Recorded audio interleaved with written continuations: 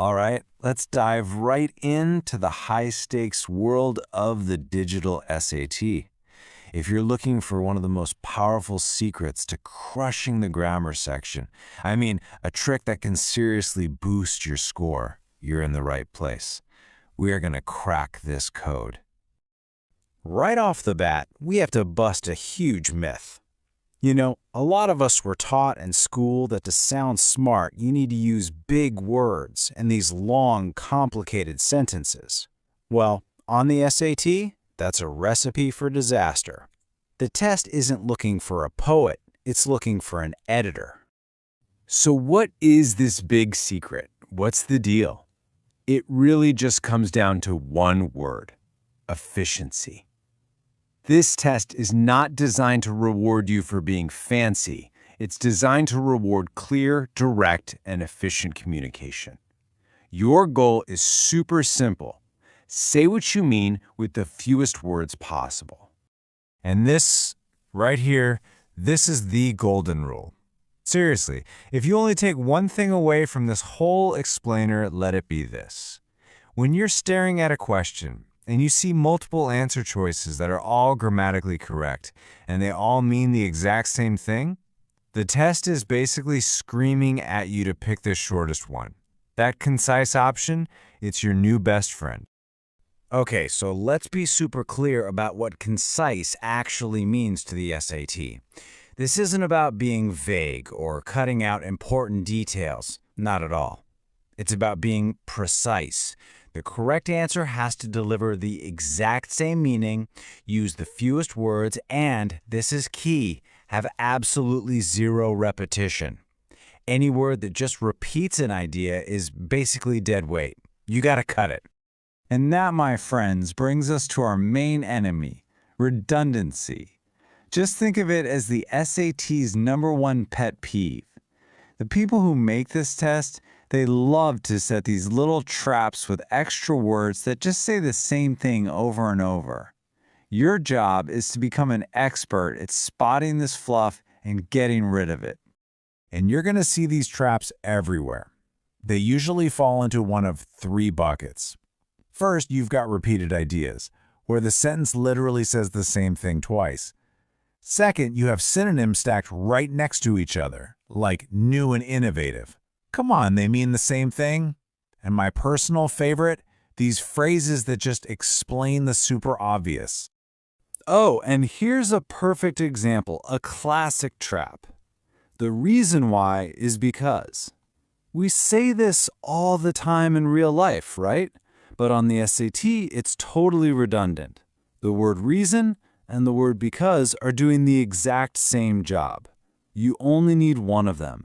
So the clean, correct way to say it is either the reason is or just because. All right, so now you know what to look for. You can spot the enemy. Now it's time to build up your arsenal. We're going to arm you with the tools you need to take these wordy, clunky sentences and transform them into the clean, efficient sentences the SAT absolutely loves. Think of this as the SAT's redundancy hit list.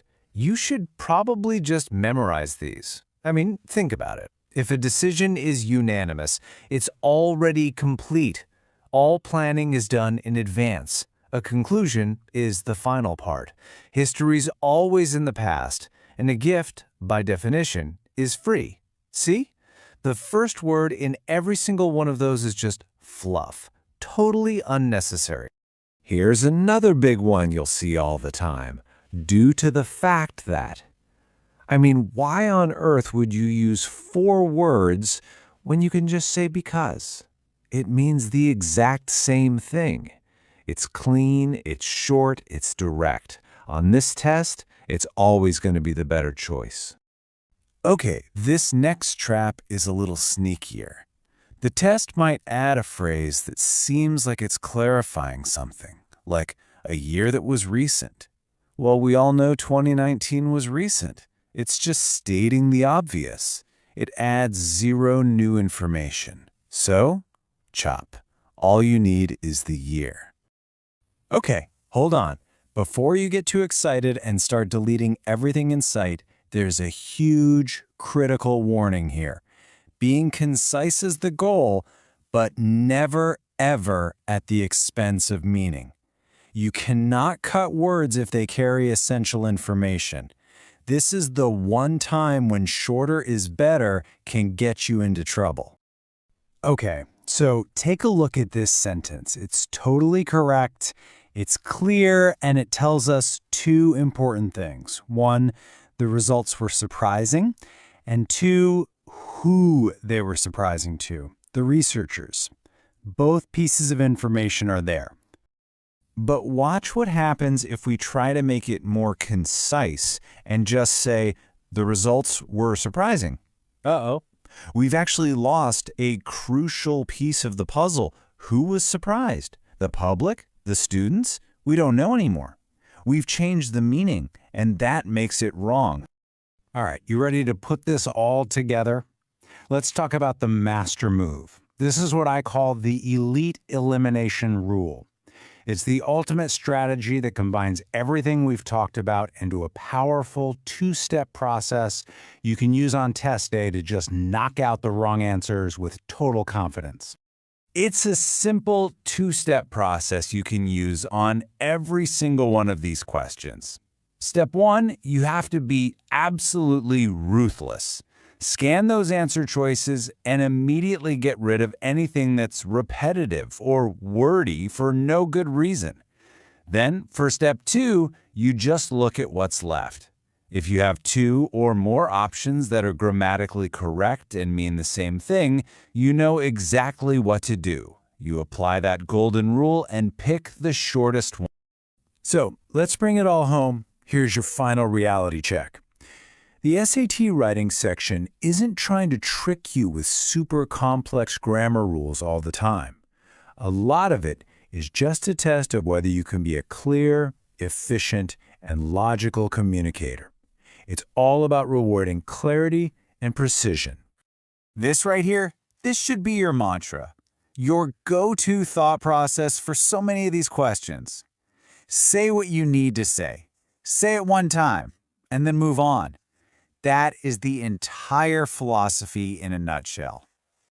Because look, once you really get this, once this becomes second nature, and you can spot redundancy from a mile away, a huge chunk of the writing section stops being a challenge.